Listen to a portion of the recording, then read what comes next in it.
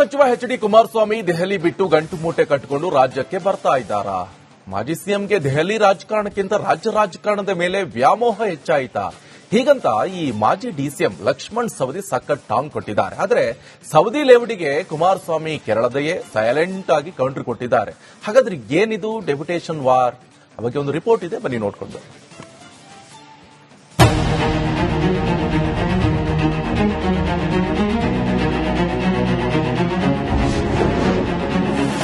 ಮುನ್ನೆಲೆಗೆ ಡೆಪ್ಯುಟೇಷನ್ ರಾಜಕಾರಣ.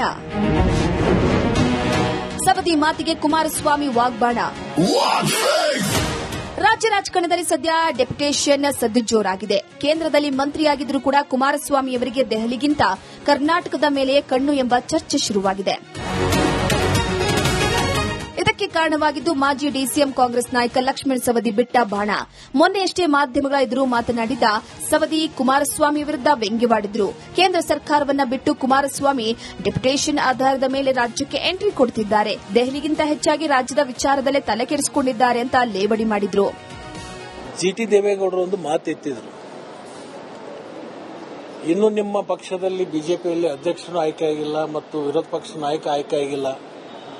ಸೌದಿ ಅವರು ಬಹಳ ದಿವಸದಿಂದ ಆ ಪಕ್ಷದಲ್ಲಿ ಇದ್ರು, ಅವ್ರಿಗೆ ಏನಾದ್ರೂ ಮಾಹಿತಿ ಇರಬಹುದು ಅಂತ ಒಂದು ಪ್ರಶ್ನೆ ನಾನು ಕೇಳಿದ್ರು. ಅವಾಗ ನಾನು ಹೇಳಿದ್ದೆ, ಸ್ವಲ್ಪ ದಿವಸದಲ್ಲಿ ಡೆಪ್ಯುಟೇಷನ್ ಆಗಿ ಕುಮಾರಸ್ವಾಮಿ ಕಳಿಸ್ಕೋತಾರೆ, ಆಮೇಲೆ ಮುಂದೆ ಅದ್ರ ಬಗ್ಗೆ ಆಲೋಚನೆ ಆಗ್ತದೆ ಅಂತ ಹೇಳಿದ್ದೇನೆ.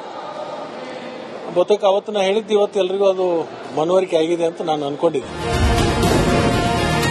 ಕಾಂಗ್ರೆಸ್ ನಾಯಕನ ಮಾತಿಗೆ ದಳಪತಿ ಕೌಂಟರ್.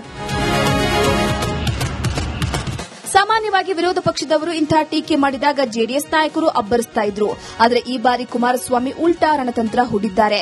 ಸವದಿ ಅವರ ಹೇಳಿಕೆಯನ್ನ ಸಾರಾಸಗಟಾಗಿ ತಿರಸ್ಕಾರ ಮಾಡದೆ ಸ್ವಾಗತ ಮಾಡಿದ್ದಾರೆ. ನೋಡಿ, ನಾನು ನಾಡಿದ್ದು 12ನೇ ತಾರೀಕು ವೆಸ್ಟ್ ಬೆಂಗಾಲ್ಗೆ ಹೋಗ್ತಾ ಇದ್ದೀನಿ. ಅಲ್ಲಿ 3 ದಿವಸ ಕ್ಯಾಂಪ್ ಮಾಡ್ತಾ ಇದ್ದೀನಿ.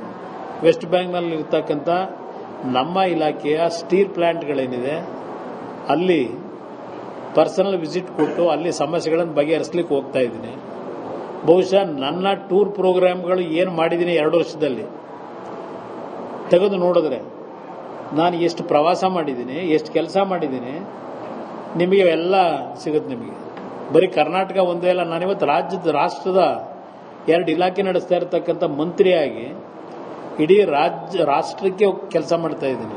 ಬರೀ ಕರ್ನಾಟಕ ಒಂದೇ ಅಲ್ಲ, ಅಂತ ಒಂದು ರಾಷ್ಟ್ರದ ಕೆಲಸಗಳಿದ್ರು ಕರ್ನಾಟಕದ ಬಗ್ಗೆ ಸ್ವಲ್ಪ ಹೆಚ್ಚಿನ ಒಂದು ಕಣ್ಣು ಇಟ್ಟಿದ್ದೀವಿ, ಕೆಲಸನೂ ಮಾಡ್ತಾ ಇದ್ದೀವಿ ಇಲ್ಲಿಗೆ ಸಂಬಂಧಪಟ್ಟಿದ್ದು.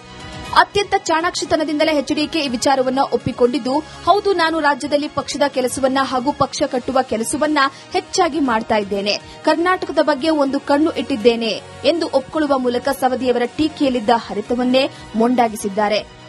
ಇನ್ನು 2 ವರ್ಷ ಅವಧಿ ಇದೆ. 3 ವರ್ಷ ಪಾರ್ಲಿಮೆಂಟ್ನ ಸದಸ್ಯತ್ವನೂ ಇದೆ, 3 ವರ್ಷ ಕೇಂದ್ರ ಸರ್ಕಾರದ ಒಂದು ಅವಧಿನೂ ಏನಿದೆ. ಇವತ್ತು ಮಂತ್ರಿ ಆಗಿದ್ದೇನೆ, ಅಲ್ಲಿ ಕೆಲಸ ಮಾಡ್ತಾ ಇದ್ದೇನೆ, ಜವಾಬ್ದಾರಿ ಕೊಟ್ಟಿದ್ದಾನೆ. ಇಲ್ಲಿ ರಾಜ್ಯದಲ್ಲಿ ಅಲ್ಲಿ ತಾತ್ಕಾಲಿಕವಾದ ಕೆಲಸ ಅಂತ ಹೇಳಿದ್ದೇನೆ. ಹಂಗಂತ ಹೇಳಿದ್ರೆ ಇಲ್ಲಿಗೆ ವಾಪಸ್ ಬಂದ್ಬಿಡ್ತೀನಿ ಅಂತ ಅಲ್ಲ. ನಾನು ಇಲ್ಲೇ ಇನ್ನೂ ಪಕ್ಷದ ಸಂಘಟನೆಗೂ ನನ್ನ ಜವಾಬ್ದಾರಿ ಏನಿದೆ, ಇದರ ಜೊತೆಗೆ ಕೇಂದ್ರ ಸರ್ಕಾರದಲ್ಲಿ ನರೇಂದ್ರ ಮೋದಿಯವರು ನನಗೆ ಒಂದು ರೆಸ್ಪಾನ್ಸಿಬಿಲಿಟಿಯನ್ನು ಕೊಟ್ಟಿದ್ದಾರೆ. ಆ ರೆಸ್ಪಾನ್ಸಿಬಿಲಿಟಿಗಳನ್ನು ನಡೆಸ್ತಕ್ಕಂಥ ಮುಂದಿನ 3 ವರ್ಷ ನನಗೆ ಅವಧಿ ಇದೆ. ಅಲ್ಲೂ ಕೆಲಸ ಮಾಡ್ತೀನಿ, ಇಲ್ಲೂ ಪಕ್ಷದ ಸಂಘಟನೆ ಮಾಡ್ತೀನಿ. ಕುಮಾರಸ್ವಾಮಿಯವರನ್ನ ದೆಹಲಿಗೆ ಕಟ್ಟಿಹಾಕೋದಕ್ಕೆ ಕಾಂಗ್ರೆಸ್ ನಾಯಕರು ಪ್ಲಾನ್ ಮಾಡ್ತಾ ಇದ್ದಾರೆ. ಎಚ್ಡಿಕೆ ಮಾತ್ರ ದೆಹಲಿ ಮತ್ತು ಬೆಂಗಳೂರು ಎರಡನ್ನೂ ಬ್ಯಾಲೆನ್ಸ್ ಮಾಡೋದಕ್ಕೆ ಮುಂದಾಗಿದ್ದಾರೆ. ಸವದಿ ಕೊಟ್ಟ ಡೆಪ್ಯುಟೇಷನ್ ಟಾಂಗ್ ಮುಂದಿನ ದಿನಗಳಲ್ಲಿ ರಾಜ್ಯ ರಾಜಕಾರಣದಲ್ಲಿ ಯಾವ ತಿರುವನ್ನ ಪಡೆದುಕೊಳ್ಳುತ್ತದೆ